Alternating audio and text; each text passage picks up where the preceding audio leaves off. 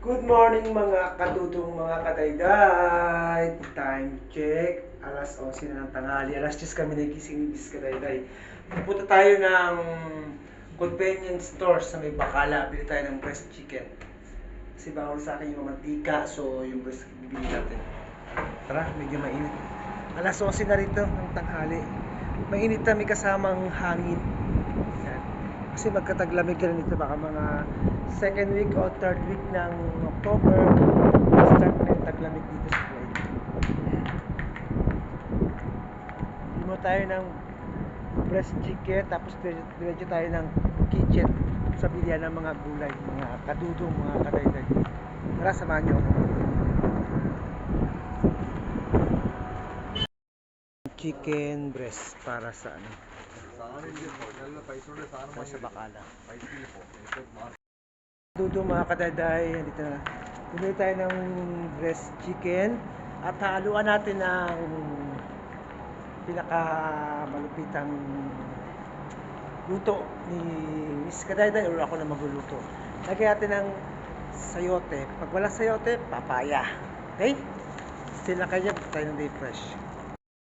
Dudong mga kadayday, dito na tayo sa Day Fresh. Ayun o. Yan, Day Fresh. Tara, pasok natin sa loob. Samahan nyo ako. Day Fresh. Yung sayote, papaya na lang ang bibili natin.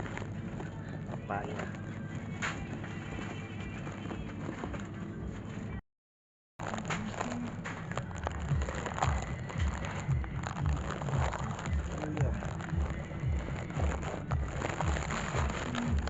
Klase ng mga luya dito.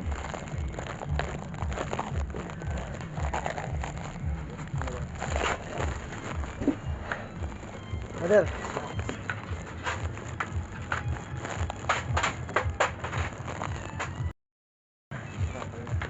Hey, vlog. How much? 780. 700. 80.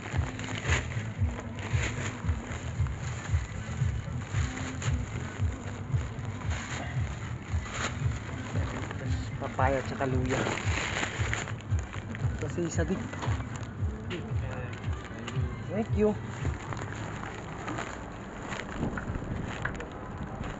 So yun mga kadudong, mga kadayday, nakabili na tayo ng ating isasahog sa chicken breast at tinola. Kasi bawal ako sa mamantika, so ang gagawin natin, nilagyan na natin, wala tayong nakitang sayote, so papaya ang binabili natin at luya. Yun. So abangan nyo po, i-upload ko itong video na ito. Babayu mga kadudong, mga kadayday.